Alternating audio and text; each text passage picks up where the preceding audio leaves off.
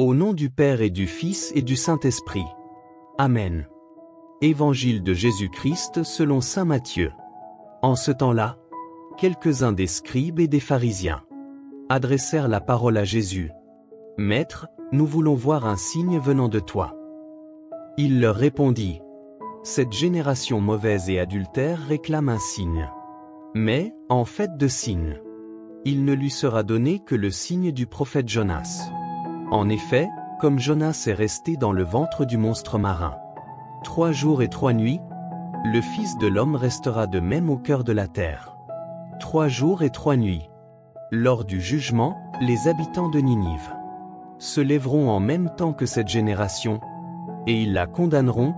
En effet, ils se sont convertis en réponse à la proclamation faite par Jonas. Et il y a ici bien plus que Jonas.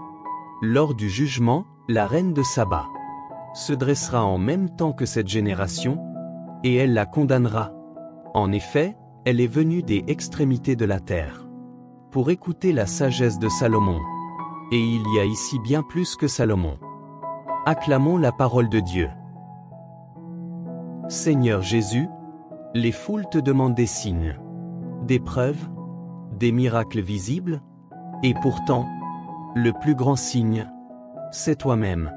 Tu es le signe de Jonas, celui qui traverse la nuit de la mort, pour offrir la vie, la miséricorde, le salut. Seigneur, pardonne-nous lorsque nous cherchons des signes extraordinaires, alors que tu es là, silencieusement présent dans notre quotidien, dans ta parole, dans les pauvres, dans l'Eucharistie. Ouvre nos yeux à ta lumière cachée, éclaire nos cœurs endurcis, et rends-nous attentifs à ta voix.